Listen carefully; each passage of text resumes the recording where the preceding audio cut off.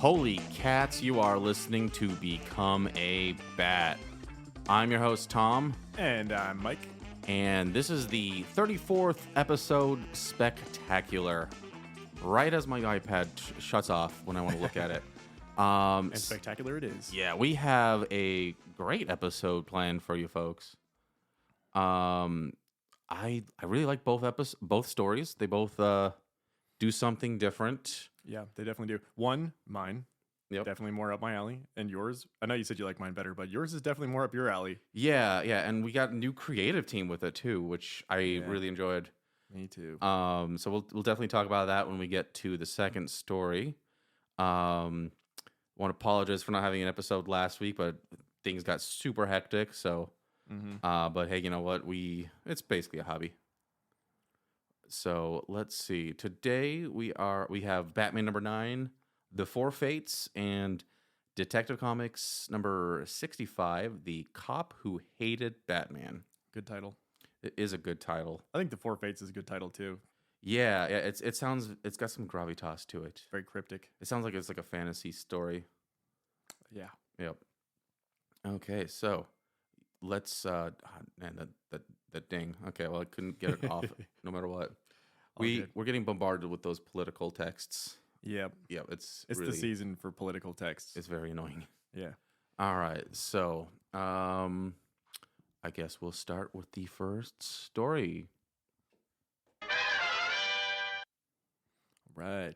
This is Batman number 9, story 1. March 1942, The Four Fates. Art by Bob Kane, Jerry Robinson, and George Russos. Written by Bill Finger. The cover on this one. Yeah, this is one of the most iconic Golden Age covers, I would say. Yeah, before we get into the cover, do you notice that it now says the DC insignia now says DC, a Superman publication, I did, yeah. right on the front of a freaking Batman comic? I always found it kind of weird that not weird, but I mean it makes sense in a way. Like the company is called DC after Detective Comics, but the face of the entire company and basically superheroes in general is Superman. Well, Superman, superhero, but Yeah, I feel like the face of DC Comics is really Batman. Everyone knows that. But Superman was more popular at the time. He was the first. He's the prototype. yeah, he's the prototype. I don't know. It flips and flops, but depending on who. I know I can never. I know the top 3 superheroes like in terms of popularity is going to be Superman, Batman, and Spider-Man. That's generally Across the world in general. yeah, that's generally how it ranks. I don't know that it ranks that way with the public right now at large. I don't know. I mean, I know internationally, like Spider-Man is just gigantic. Yeah. But I mean, it ebbs and flows. It ebbs and flows. I think Batman's definitely up there and Spider-Man, but I wonder who the real number 3 would be right now. It might not even be a superhero. It might be like a super villain like Harley Quinn or Joker. Or it Yeah. could be someone like Deadpool. Deadpool, I don't know. Deadpool's kind of waned down, I think. Yeah. Yeah, like he was huge like 10 years ago. He definitely replaced Wolverine as like the big, like Marvel character that everybody loves. Yeah. Yeah, he did for a little bit. Yeah. Okay, back to this cover. Yeah. Okay. It's beautiful. It's a stark black cover with a big blue Batman insignia and Batman in red at a slight angle. And then it's this like big police spotlight on Batman and Robin with Batman throwing his cape over his shoulder and Robin in front of him, like almost like covering his eyes to shade them from the light. It was like the police are like coming after them. Yeah, like they just got caught red-handed. Yeah, it's so iconic, in fact, that it's like what they recreated for the opening sequence to like the Batman the movie. Mm-hmm. Where they're like Yeah. showing all the villains running Yeah. down the alleyways with the spotlights on them. I know exactly what you're It's talking been about. recreated endlessly. Mm-hmm. It's probably one of the most iconic Batman covers ever. Yeah, I mean, I know it's been recreated a bunch of times. Alex Ross has a really good version of it. Yeah. It's just really good. And the look on both their faces. This is like the perfect interpretation of both characters from that period. Yeah. He's not the grinning Batman. He's a little bit dark and scary looking. Mm-hmm. And they're like freaking ripped. Yeah. Look at their legs. Yep. Yeah, I love it. I want to get that one. I want to get a sign of that one for the room too. I feel like that'd be a great one to add to the wall. That would be good. Get one of those like metal plates. Yeah, it's gonna happen. The story itself, I've never heard this story, and it's definitely like kind of more not random, but it's definitely not like something you would think of as a Batman story. I said it's more like Tales from the Crypt, Yeah, and but it predates Tales from the Crypt. Tales from the Crypt is from the 50s. Yeah, But I mean, all those people who made Tales for the Crypt are like working in this industry, and Yeah. it's boiling in there like the pot in the uh, splash page. I thought you were gonna. I didn't know if you were gonna connect those or not. I made it. I made it. All right. Are you gonna read this one? It's kind of Yeah, yeah. different. It's not like a big box. Did you want to describe this splash page first? Yeah. All right. So this is an interesting splash page because there's like this Grim Reaper looking figure, like a hooded figure on the left, and he's got his cape thrown sort of over his shoulder, similar to how Batman does on the cover. And then he's stirring this big boiling cauldron with the other hand, and the bubbles. Oh my God, my cat is on the desk. That has never happened. Get out of here. The bubbles as they boil are popping. They're evaporating, and like the vapor in the air is like forming Batman and Robin's bodies. It's really weird. Yeah. And then on the other side, there's like these gangsters firing their guns, and the bullets are just like passing through this vapor. It's very surreal. It's one of the more surreal ones. It's almost like weird. It's almost tough to figure out who is like supposed to be good and bad in this one. Yeah. Because like you see, your eye is drawn to the Grim Reaper character, Mm-hmm. and I mean, obviously, you think, okay, like that's like a villain, but you know, Batman and Robin are coming out of the pod as like, you know, the vapors, so clearly like they're being helped by Batman, and he's being helped by Batman and Robin. It's got a very like puppet mastery feel Yeah. to it, right? He's Yeah. like engineering this whole thing. Yep, it's definitely one of the more gray, like, morally gray stories, I'd say. By the way, I totally picked this little corner panel here as one of my favorite panels because it's hilarious. Yeah, I'll get into that later though. yeah. All right, so I'll let you get to the synopsis. All right. You want me to read this one, or do you want to read it? I'll let you go for this one. Okay. I've read yours already. I know I got yours down. Oh! I meant the Yeah, this little I blurb forgot. here. Yeah, the blurb. Okay, let me read that. Okay.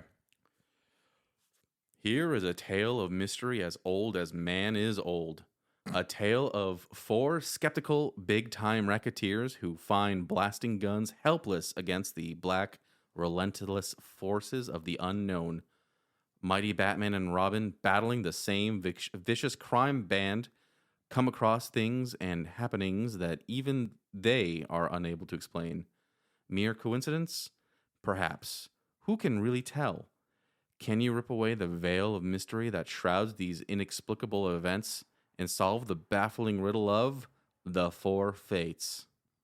You know, I just realized this Grim Reaper figure. It looks like the Spectre. Yeah, I thought that. I It's was the thinking Spectre. that too. Which I saw. I was at Zia the other day, and I saw they had a Spectre like Golden Age book, and it really made me kind of put in the mood to read some of that. It's good. I've read all that Tales of the Unexpected stuff. Really good. Anyways. Sorry. A new radio broadcast has become very popular in Gotham recently. One where the announcer goes to the homes of people of interest and conducts one-on-one interviews. Tonight, he's interviewing a fortune teller named Jafir. Jafir is not only famous for his skills in telling fortunes, but for the highly valuable ruby that he wears on the turban on his head. As the interview is being conducted, 4 men quietly break into his house in an attempt to steal his ruby. As they approach his room and pull their weapons, they're surprised to find out that he's on air and being interviewed. They panic. One of the men decks the host of the show, and the other rips Jafir's ruby from his head and then shoots him in the chest. As Jafir bleeds out, he casts a curse on the men. The curse of the 4 fates. He tells each of the 4 men how they will die. And I'm not going to list their names because I didn't want to have to repeat their names over and over again. Yeah, But it does name them all. 1 by lightning, stopping him dead in his tracks. 1 by air being choked from his lungs. 1 by metal stopping his heart. And the last one, water will be his downfall. Yep. This is going to be an interesting episode. Yep. The radio audience listens with bated breath.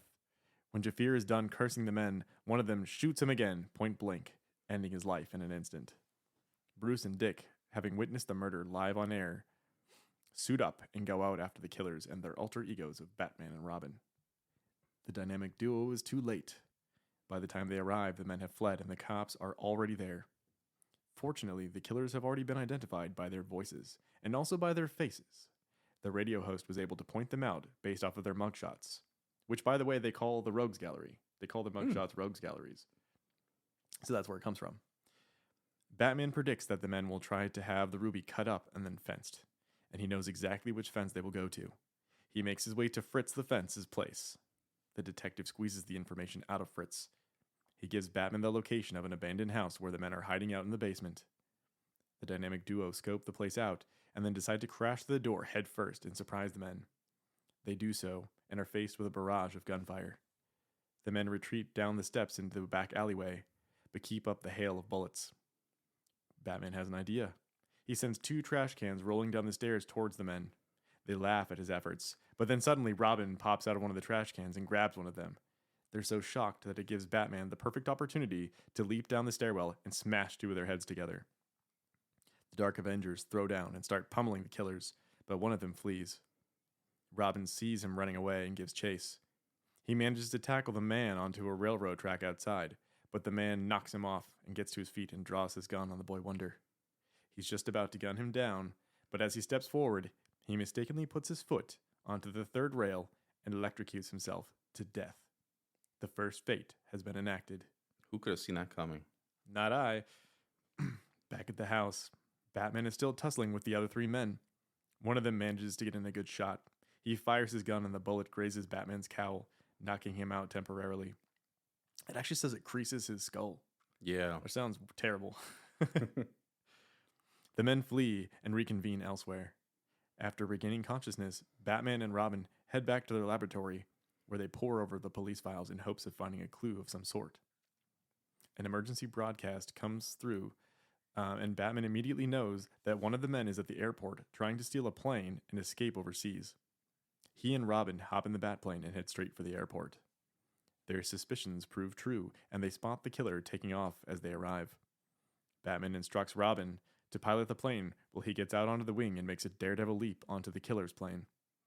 The man pulls his gun and fires, but he's out of bullets, so Batman latches onto him and begins to choke him. I thought he was going to die right there.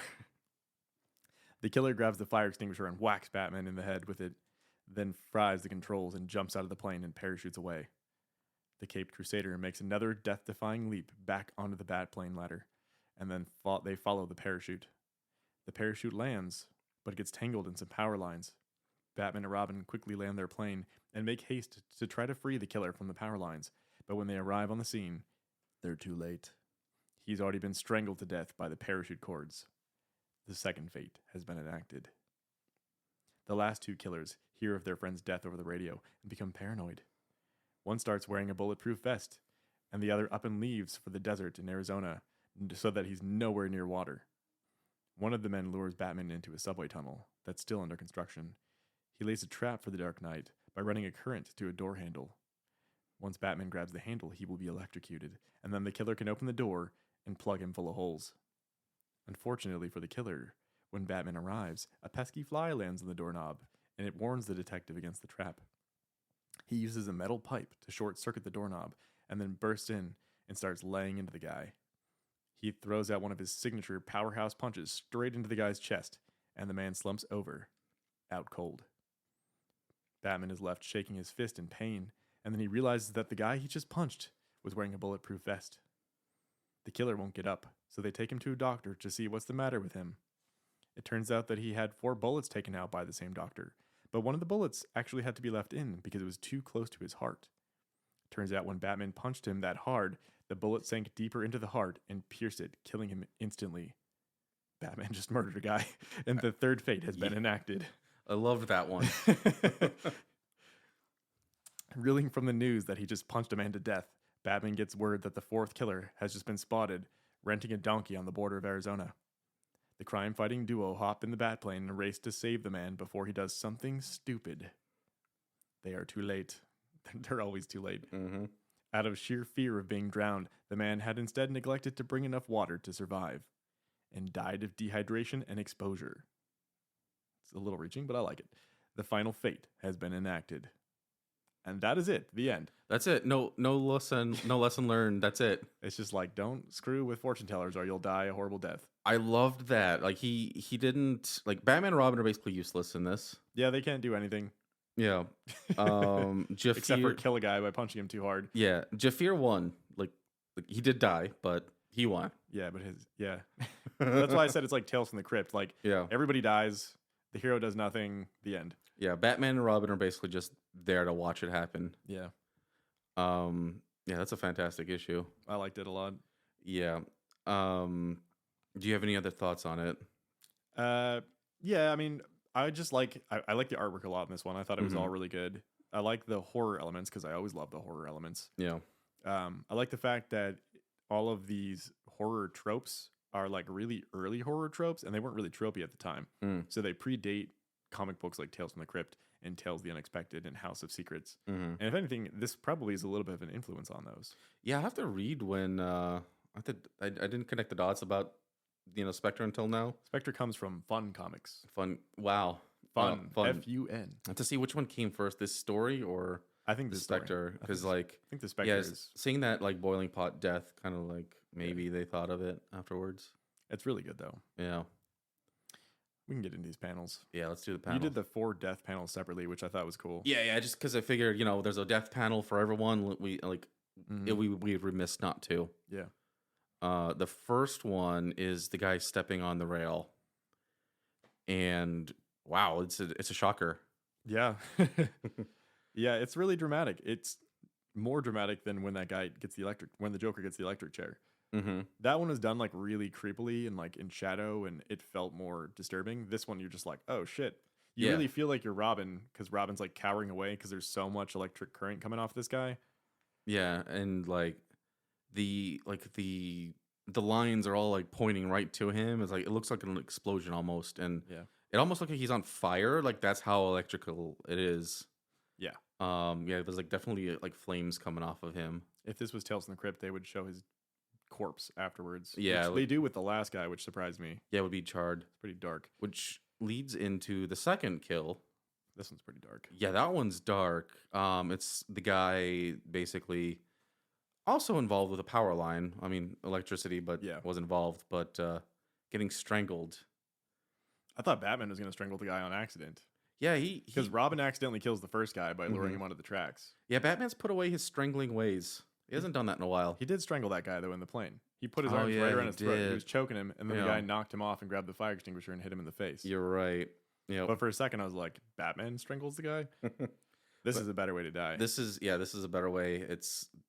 He's literally almost hung by his own petard. It should have been a tree or something instead, though, to get away from the whole electricity theme. I mean, I don't think it's a theme. It's just kind of like It just seemed it's too similar. Yeah. A tree would have made more sense, or Like- just as much sense, I guess. yeah.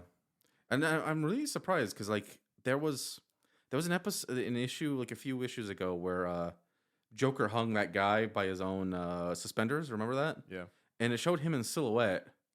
Yeah. Now they just straight up show it. Yeah, this is just showing him. It's crazy. Well, they show all these deaths. Yeah, this didn't shy away.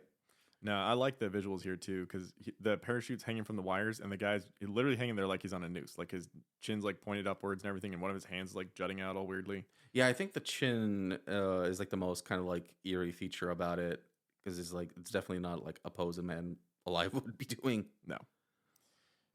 This next one too. Yeah, This is like the moment of his death, but you got both parts there, which I love. yeah. I had to put the explanation too because it just looks like Batman's punching a guy, Yeah. but as you said, he's literally punching him to death. Yeah. I like that he's like, ugh, and he pulls the trigger at the same time. Mm-hmm. Oh yeah, I just love the little detail. Like, yeah, oh yeah, he had bullets by his heart. Like, it's if like Batman like punched Tony Stark in the heart. Yeah. Yep, it's good stuff. Yeah. This next panel's even better though, because Batman's like got his hand over his shoulder a little bit, like, oh crap. I killed that Yeah, guy. yeah. He's like, I've been trying so hard not to kill, and look what I did. Yeah. And Yep. then the doctor even says that you drove the bullet into the heart Mm-hmm. with an exclamation point. It's all exclamation points here. Yeah, it's like Batman doesn't need guns to kill. He can still use bullets. I mean, he can still even when he's not trying. Yeah. Yep. This last one's the most disturbing though, for sure. Yeah, that one like the electrical one will probably feel like an eternity, but it's probably quick. Mm-hmm. Strangling also pretty quick, depending on how fast I imagine he was going down pretty fast, so maybe it was just like a quick.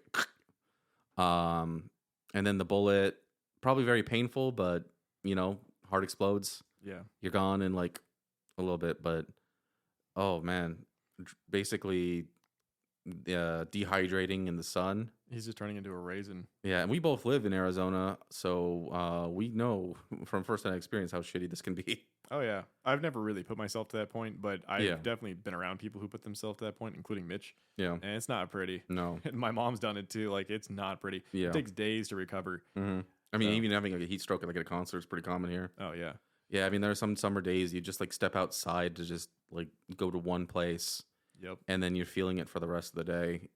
So definitely. yeah, and I like how he looks very deranged too. I think they're trying to show that his skin is like shriveling and it's like Yeah. sticking to his skull. Yeah, he's like dehydrated as hell. And dehydration can drive you a bit crazy. Yeah, yeah. So let's now that we got those out of the way, let's get into the rest of the panels. Yeah. This is the panel from the splash page. Mm-hmm. I thought it was hilarious because it's just this old man with his mustache listening to the radio, and it's like, tonight we bring you Personalities at Home, which is the name of the radio show. Yeah. And then he's like, wash up your dishes later, Mom. Your favorite program's on the radio. He's one of those comes from that weird generation where they called their wives mother. Oh, that's so weird. But also, I was like, you can't wash dishes and listen to the radio.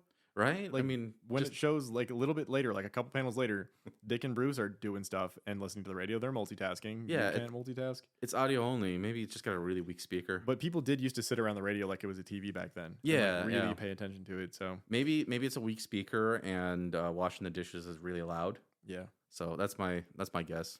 I picked this next. It's a 2-part panel. I picked Mm-hmm. it because it's very, very horror tropey. Like Yeah. you've got this guy saying what he's going to do as he's doing it. You know, Mm-hmm. like he's telling him how he's going to cast the curse of the 4 fates.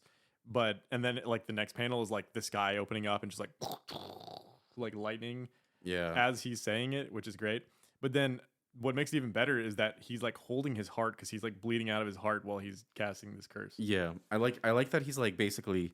It almost seems like he's planned this like for years. Like, okay, if some guys ever try to shoot me and steal this ruby, I'm gonna play this is what I'm gonna do.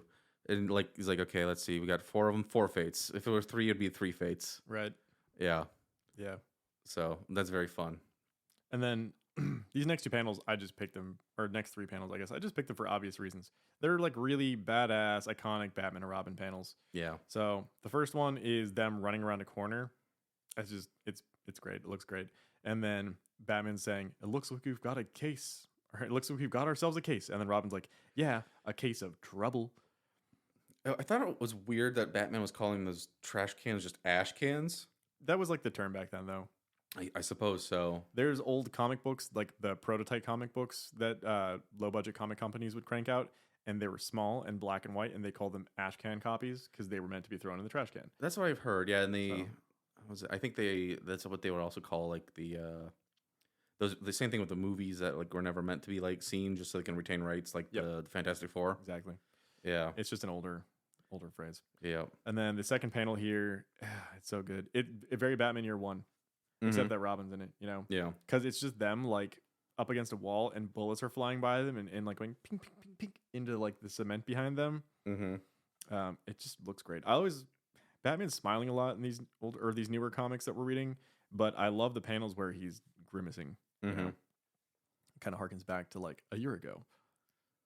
And then this last one, they're searching through the files, but I love what Batman's saying here. He's like, "Nothing here, nothing. For heaven's sake, get some music on the radio to ease my aching brains." Like Batman listens to music when he's I thumbing mean, through files. it can have a good way to just focus the mind, I suppose. Really, what it is it's just a good way for them to segue into them having the radio on, so they can hear the guy announce that the suspect is heading to the airport. Yeah, But like, I just thought that was funny. it's a clever way of doing it. Yeah, Batman Uh, needs some music to ease his aching brains. Yep. So after that, I put down I like the way they did the portraits of the four guys. Mm-hmm. You kind of see like their personalities just based on like because they since it's a portrait, they made them like a little more detailed. They're like Dick Tracy. Yeah. characters, the way they're drawn, they all have Yeah. exaggerated features. They're all in like circles, kind of like if they were put this like in a TV show, like in the Batman TV show, Mm-hmm. they would like just be like kind of moving. You know how like they do it, or like weird example, but like in the intro to like old like 70s shows, like The Love Boat, Yeah. when it would just show them all a circle and they kind of move. That's how I imagine They just this. like, and they Yeah. like shrug their shoulders or something, or Yeah. wiggle their mustache. Yep. Yeah. I got the first one, John Mousy Meggs. Weird name, Meggs. I don't know, but he true to his name. You know, he's got like a very pointed nose, and he looks kind of more skittish. Mm-hmm. Albert Slick Dandy, which reading that I don't know, Kerning, but it almost looks like it says Albert Suck Dick. It totally does. Yeah. I think he's slick because his mustache is all like slicked Yeah. down and like stylized. He looks a little worried, but just kind of he's also shaky. Like we got these like shake lines. Yeah. I I mean, both of the ones that have colored circles behind them are shaky. yeah. I think you just can't see the shaking lines on the others. And then let's see, Pete Nails Logan. He's He's tough as nails. the tough as nails one. Yep. You can tell by the was way he's like got his chin all jutted out. Yeah, he's jutted out. He's got an angry kind of look to him. He's just kind of like ready for action. Mm-hmm. And then Mortimer Brains Bring. Brenning? Brenning? Brennig. Oh, Brennig. Brennig. Brennig. Yeah. Yeah. Clearly the brains. Look at that. yeah. Look at those eyes. He's an older gentleman, you know, got some gray hair in there.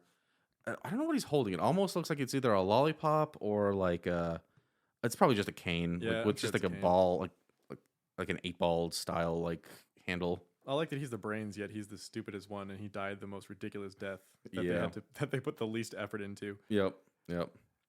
Let's see. So okay, after that, I did. It's a 3-part panel, but basically, I just like the action sequence of it's Batman and Robin. They're busting into a room, and I love this panel so much. it's so brutal. I added the other part too, because the third part is more of like a 2-parter. Mm. I didn't put it in here, but I love it. Yeah. It's such like an iconic Batman thing to do, but this is the first time he's actually done something like this. Yeah. So one of the guys, let's see, Fritz. He's been he's the defense, right?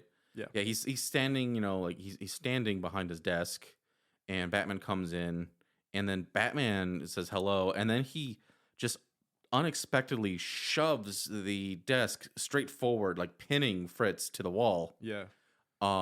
Very brutal. Well, and then the next panel, like after he shoves him into the wall and pins him there with the desk, Mhm. he basically like puts his fist right up to his face and he's like, "Tell me what I need, or I'm gonna beat your ass." Yeah. Like- he's like really in a hurry to do this when I don't really think like this story really demands it. No, but it's really that's what makes it feel, I think, so abrupt, Yeah. because you're like, all right, he can take his time with these guys. They're gonna die probably anyways. Mm-hmm. But then he seems to be in a rush. Yeah. You know, I mean, it's only just a jewel. Jeez. the way that Batman and Robin react in all the situations in here, it feels like they're in a rush to try to Yeah. get to the bottom of things. Like bursting through the doors in the hail of gunfire, Mhm. slamming the dude up against the wall, jumping off of an airplane. Yeah. They really are acting dramatically. They cranked themselves up to 11 this story, I know, that's why it's so and good. they don't even like win. Nope, they're trying really hard and they still fail. Yeah. Which that brings us to the next panel where they are basically busting into the room with the hail of gunfire on the door. Oh, it's so badass. I want to know how those guys didn't shoot each other. Right? 'Cause Yeah, of how they're they're standing. exactly like they should have like at least winged one of each other, but They're like standing in a circle Mhm. and then they're just firing their guns like crazy as Batman and Robin bust this like really thick door down. Yeah. Which it's just really cool that it looks like there's fire behind. I don't know if it's just the coloring, but or if that's actually fire or It's not. probably for the dramatic entrance. Yeah, but yeah, that's a hell of a panel. It's good. And then I had to put in that just basically that whole page of the plane sequence. Yeah. Like there was like a lot of effort put into this. The only other sequence like this that I remember that was this good was the one where he was like jumping from car to car, Mm-hmm. fighting. I think it was the Joker. Yeah, in the like last episode, right? Yeah.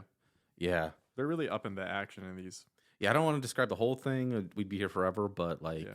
it's just a beautiful sequence of Batman jumping from the bat plane into Well, the yeah. other plane. And it's nighttime and it's cloudy Mhm. and they're using like the spotlight from the plane to really good dramatic effect. Yeah. And then you have Batman jumping out of a plane onto another plane from the top, like landing, like basically Yeah. like, you know, like using his cape as a parachute. And But then the speed at the plane is going, they portray it so well. the guy just pulling out the gun and just unloading, trying to Yeah. hit Batman. And Just click, click, click, click. It's empty. yeah, it's awesome. Yeah, it's really well done. And then my final panel, is Batman on the phone. I just like I took out the words, like the dialogue. I just like the image of Batman on the phone. He looks kind of annoyed. Yeah. That'll be a good reaction image. He's thinking. Yeah, I didn't describe exactly what's happening here in my synopsis because I just thought it was not really necessary. No, but it's like it's when he picks up the phone, he's like hearing the sound of like rivets being driven into steel in the background, which is Yeah. how he puts together where the guy's location is. yeah, I did like that they knew to do that too, to draw him there. Because like, yeah, he's just gonna find out where we are based on the background. So let's make it really obvious. That means that they know how smart he is. Yeah. You know. So like they had a pretty good plan there, but they were literally cursed to die. Yeah. So, yep. Good issue. Great issue. We are going to take a brief break and get into the next story.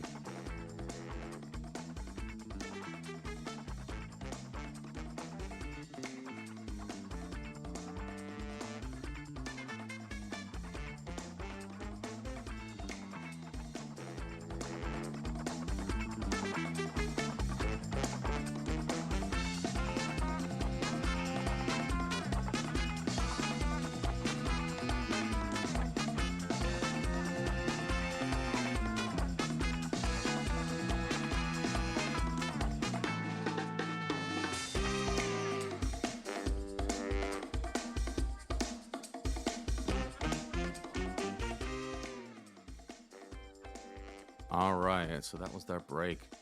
So, Detective Comics number 65. Did I say 66? Oh, no, I said 65. Cool. So, this is one of those more unusual issues. And we got a whole new writing and art team. The only person who's really shown up on the art from any of the Batman previously is George Russos. But okay, so Detective Comics number 65. This is the issue from July 1942. It's called The Cop Who Hated Batman. The art is by Jack Burnley, George Russos, and Ray Burnley. The cover art by Jerry Robinson, Jack Kirby, and Joe Simon. Yeah, I don't see the Jack Kirby in here at all. I don't either. I mean, we don't have to introduce Jack Kirby. I think we all know Jack Kirby. We'd be here all day talking about him. Mm-hmm. Joe Simon, I know to a lesser degree. Him and Jack Kirby worked on Captain America together. I can see that in here a little bit. It might be more him, like that early Captain America stuff. Yeah, I know. Boy Commandos. I'm pretty sure that's a Jack Kirby, creation. Yeah, he could have, for all we know, Jack Kirby just like inked it or something. Maybe, but that's just the cover art. And then it's written by Joseph Green. So I put little bios of the ones I wasn't too familiar with. Mm-hmm. So first we got Joseph Green, the writer. He's most well known for the book series Tom Corbett, Space Cadet, which the autocorrect turned into Space Claudette. I was gonna fix that for you, but I kind of wanted to see if you're gonna catch it or not. Yeah. So yeah, that got turned into a TV show for the Dumont Network. I'd never heard of it before, so it's kind of one of those things lost to time, I would suppose. It's got a good title though. It is a very catchy title. He's also written for The Green Llama, Spunky, Golden Lad, and for DC he did some Aquaman, Boy Commandos, Green Arrow, Hawkman, Superman, and Wonder Woman. Pretty versatile. Yep. And then the artist is Jack Burnley. He's notable for being the first artist on Superman after Joe Shuster. So it says that I just pulled this from Wikipedia. But let's see, he first worked on the cover illustration for New York World's Fair number 40. So World's Fair number 2, which portrays Superman and Batman together with Robin. That's a really good cover too. Yeah. He worked on some Action Comics. And usually it says he kind of ghost arted. Is that how good? He's a ghost artist. Ghost artist. He draws images under other people's names and gets no credit. Yeah. When I was reading the issue, I looked at the art and I thought this looks very reminiscent of like newspaper comic strips. Yeah. Just the way he draws just regular people, not costumed, and That's confirmed when I read through this. Like he did some like newspaper strips. Yeah, that means he's cranking it out fast, so he's got to Yeah. simplify it a little bit. Yeah. Let's see. And then he co-created Starman with Gardner Fox. Cool. Yeah, so he became DC's top ghost artist for a while, and then worked on the Batman and Sunday comic strips. And then his brother is Ray Burnley, who also worked on this. And then not much on him, but he also worked on Batman, Starman, Superman. Cool. All right. So the cover. Do you want to describe the cover? Yeah, it kind of sucks, but yeah. it only sucks because it doesn't focus on Batman or Robin. It focuses on these boy commandos. Yeah. Because at this time, Batman's not the only character in Detective Comics. Mm-hmm. Just like he wasn't the first character in Detective Comics. There's still other backup stories that we're just not focusing on because who cares? Mm-hmm. Some of them are fun, but Yeah. that's not what the podcast is about. Yeah, this isn't the Boy Commandos podcast. No. But I will say, I do really love the way Batman and Robin look on this cover a lot. Mm-hmm. They're really well done. Like they kind of are reminiscent of the other cover that we just looked at. Like, Yeah. because they're really well proportioned. Like the ears look amazing. Like the faces are well drawn. Everything just looks really, really good. Yeah. I just don't care for these Boy Commando characters. Yeah. Well, I mean, I'm sure it's it's Jack Kirby, so I'm sure, it's good. I know that like he brought him back in like I think the 60s, and when he took over the Jimmy Olsen comics, he used them to kind of basically like he teamed up with Jimmy. Yeah. They teamed up with Jimmy, and then that's when they segued and brought in introduced Darkseid and the New Gods. Nice. So I mean, they're pretty significant, but I'm sure they're fun. They Yeah. kind of probably have like a Goonies vibe, like they're like Yeah. a ragtag team of kids. yeah. But that's not what we're here for. Yep. So we're going to do the cop who hated Batman. So Splash page. I will describe the splash page. Good one. Yeah. So it's very, very patriotic. It's very Superman-y. Yeah. So it's two cops that are on motorcycles, and Batman is standing on their shoulders with one leg planted on like in between, like he's holding an American flag in one hand, which is very, very small American flag. Right. The proportions are weird. And he's holding Robin up with his one hand. Like a dog or a cat. Yeah, like on his back, just like He's just like got him by the back of the neck. Like, this Yeah. is Robin, guys. maybe he put a handle like on Robin's suit. Or But maybe it's a life-size Robin dummy. maybe. I mean, I don't know, as just kidding. as tough as Batman is, this just looks like a very, very difficult thing to do. Also, you're putting a Oh. lot of faith into these guys to ride their motorcycles at exactly the same speed. Hold on, my headphone snapped off. All good. Okay. So there we go. One of the cops is doing a hand gesture that looks very Very- much Very bad. like a high-low, but I think he's just waving to the audience. There's like paper in the background, so it's like a parade. It seems like they're going pretty fast too. There's a lot of motion lines and there's like paper fluttering all over the place. Yeah. Yeah. Yeah, definitely nothing that can happen in real life, but hey, you know what? It's a superhero comic. That's the fun of it. Yeah. All right. State troopers, that gallant body of men who carry the law with them into unsettled country. In emergencies, they carry mail, act as doctors, and rescue the lost and the snowbound. No peril is too great, no distance too long to travel as they speed in pursuit of their duty. This is the tale of these unsung heroes of our nation's police system. To them, this story is dedicated. Here is the story of how the Batman and Robin came to live among them and what happened when they met the cop who hated Batman.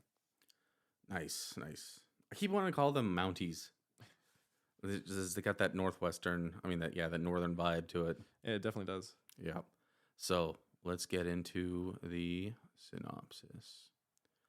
The story begins in the year 1937, 5 years ago. Batman swings into an apartment where two gangsters are being held up. Mike Nolan and Nick Rocco. They're on the run for a slew of cop killings. Batman swiftly knocks down Rocco.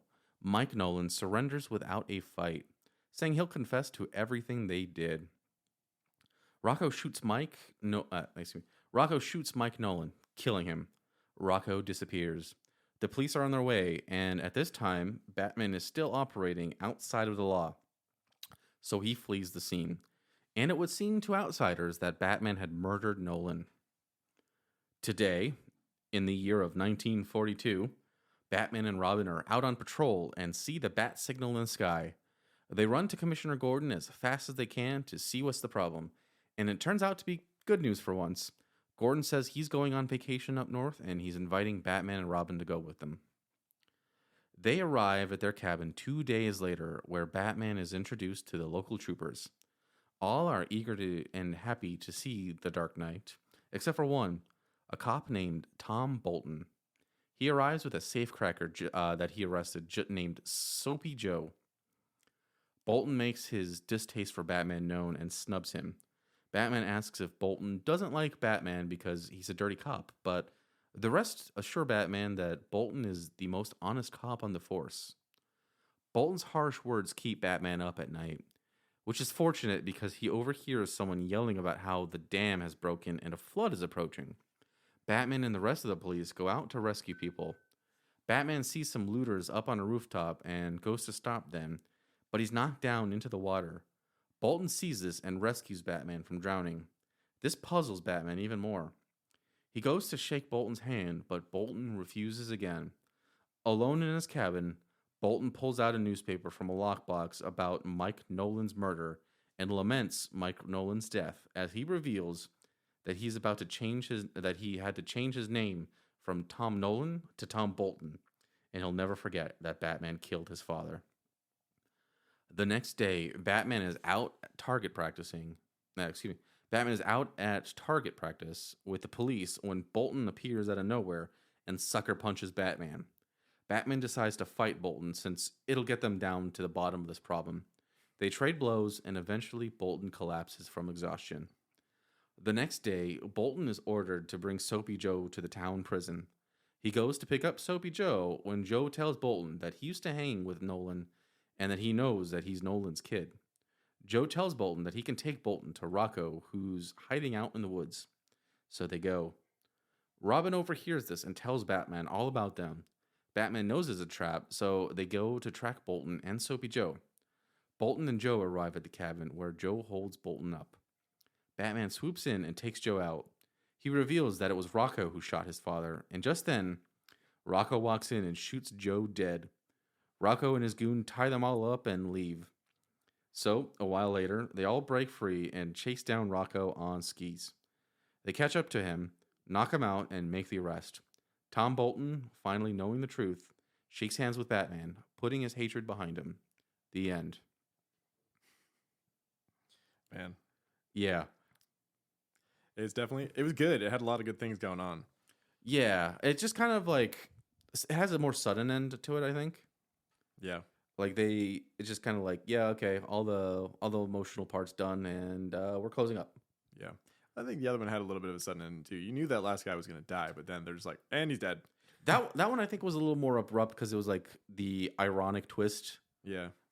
This one is just kind of like less important. Yeah. It's kind of weird how this is the second time they brought like Mike and Tom as like relatives. Yeah. Yeah. Yeah, I thought that was funny too. It's a good story. I don't think there's like too much to it other than just like it's notable for like the new artwork. I like the art quite a bit actually. Yeah, the change of setting helps a lot. The way they draw Batman, he's a little more lean and athletic. He's not this big hulking brute like he's been in some of the other issues. Yeah. I really like the more like lean, athletic look for Batman. I do too. That's why my favorite Batman artist is who he is. Mm-hmm. So, but yeah, I think I read a little bit more into this one. There's a lot to like in here, even if it's not the greatest. Yeah. I think this one compares a lot more to those more like character-driven issues that we've talked about. You know, like the Most Wanted or whatever. Yeah. I can never remember what that one's called. The most wanted man in Gotham. I can't remember, but I know something like that. Yeah. Yeah, but because it focuses less on Batman and it focuses more on this character who hates him and why he hates him and what his motivation is. Yeah. I also like how in the last episode we did, Batman was using ice skates, and this one he's using skis. Mm-hmm. What's next? Roller skates? probably. Gordon just disappears after like he invites them. Yeah. Like he like shows them up. Here's the troops. Oh wait, he did use roller skates already. Yeah. Dang. Yeah. Yep. Skateboards. So I don't know. No, we those got a don't while exist till we skateboards. yet. Yeah.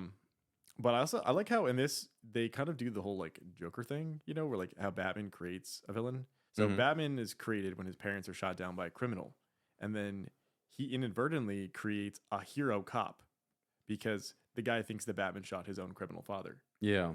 So Batman is responsible for creating one of the best cops on the force, even though he didn't really actually do anything to create this cop. He did drive him out of Gotham. Yeah. Yeah. Another interesting thing. Back to the flashback.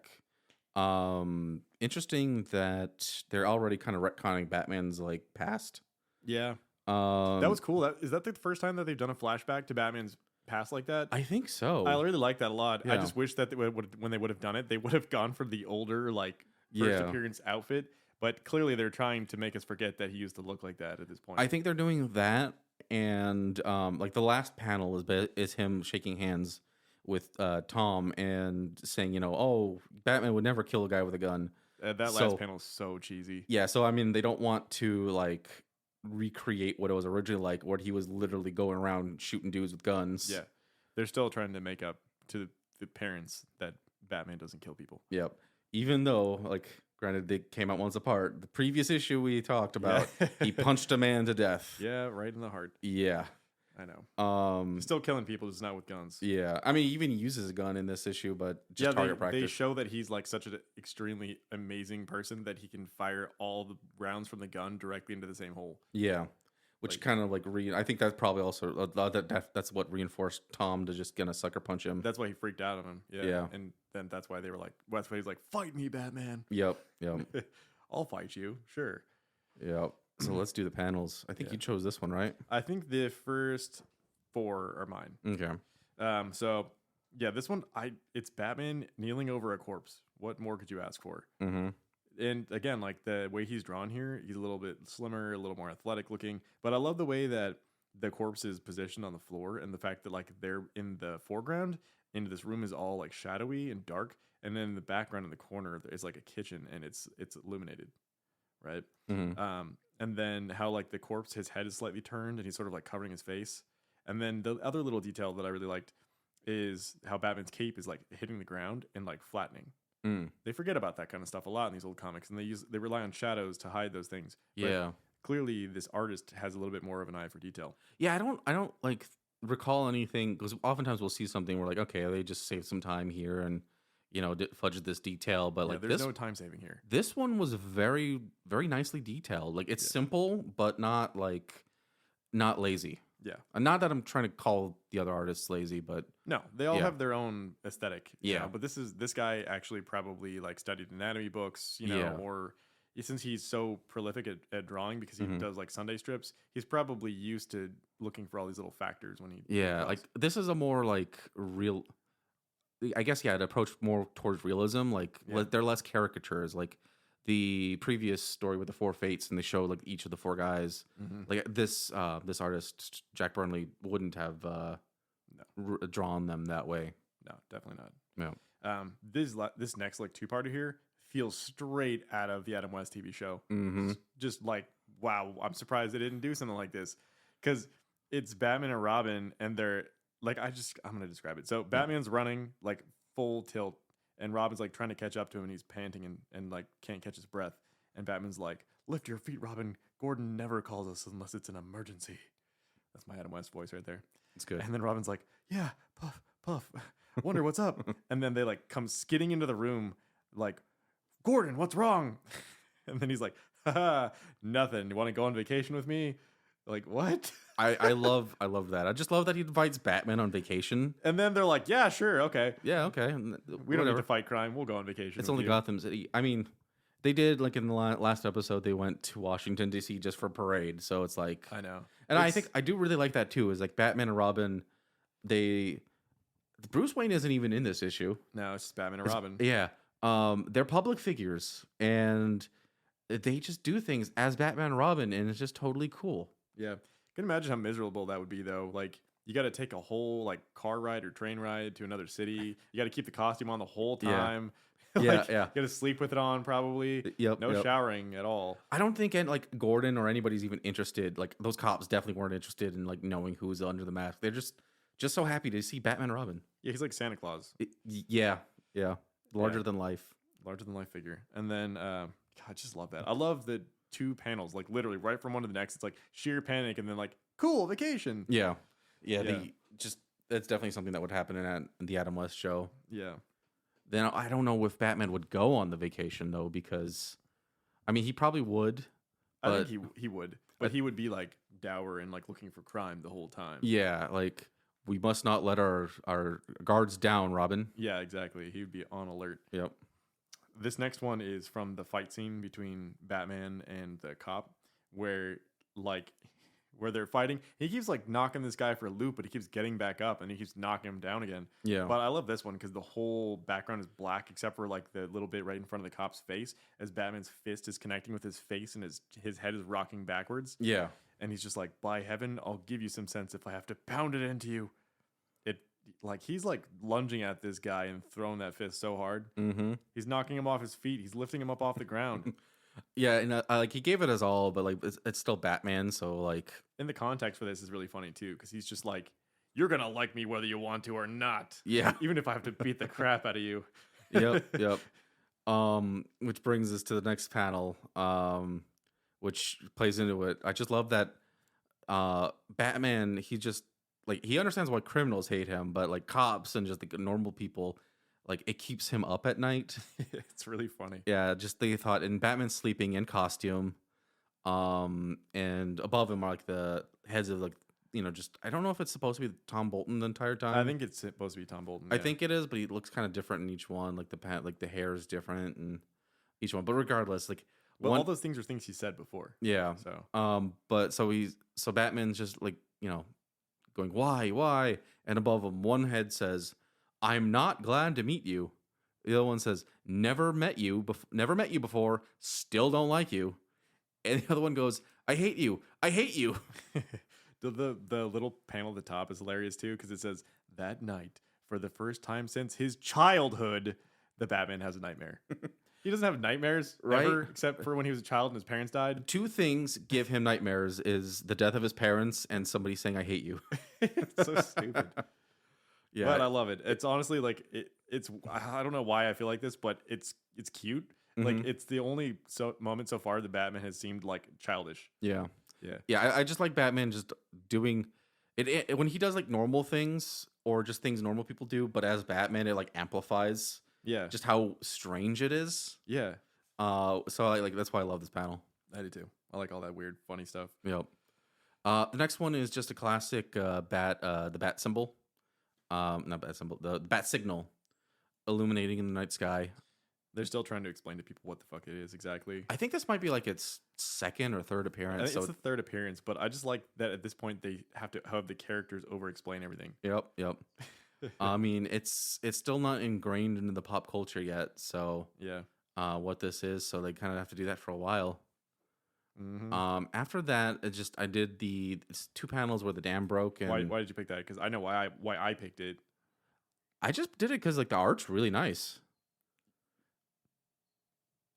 Is there anything specific? Let's see. Flood. No, I mean just look at the panel on the left. Doesn't it remind you of something? I mean, I know. Oh, it does remind me of Batman vs Superman. yeah, like hardcore. Like, Yeah. the same angle, exact same number of people in the family. Like yeah. there might as well be a Superman S or help scribbled on the roof. Mm-hmm. Yeah, Yeah, that's. But overall, the art's beautiful. yeah, it is. And then the last one I chose is just the shot of Batman shooting at target practice. He's such a lazy like shooter too. When you fire a gun, you're supposed to have a certain stance, and you're supposed to put one hand under the gun Mm-hmm. to brace yourself so that Yeah. your shoulders are squared off, and you look down the barrel so that you have. He's just like one-handed, bing, bing, bing, bing. Yeah. Well, I think that might be a deliberate choice from the writer and the artist to show that like he's very cavalier about shooting. He's that good that he's cavalier He just about it. doesn't- Yeah, he just doesn't And have to try. the fact that he's like this cavalier also is another factor in driving Tom Bolton into being like, Yeah, being pissed off that like this guy killed his dad and now he's literally with his coworkers like he's just rubbing it showing in. off. Yeah. Doesn't even have to try. Just hits this right dead center with all 6 bullets with one hand. Exactly. It must have been a very difficult thing for him to see. Yeah. Any final thoughts on this week's episode? I kind of loved it. Hey, don't forget to talk about the next. Oh, issue. we're bringing that in. I kind of loved it. It wasn't the greatest. There was some weird things like this. There's some weird stuff like the skis, but man, there's enough good to outweigh the bad. Yeah. So next week we'll be doing Batman #9, Story 2, The White Whale, and Detective Comics number 66, The Crimes of Two-Face. Two-Face. Finally. Yeah, I'm actually kind of looking forward to both because Yeah. the White Whale seems like it's a take on Moby Dick. Yeah, I'll do The White Whale. I'll let you have Two-Face. You sure about that? Yeah, go for it. All right. All right. Thank you so much for listening. I'm Tom. And I'm Mike. You're listening to Become a Bat. Good night. Peace.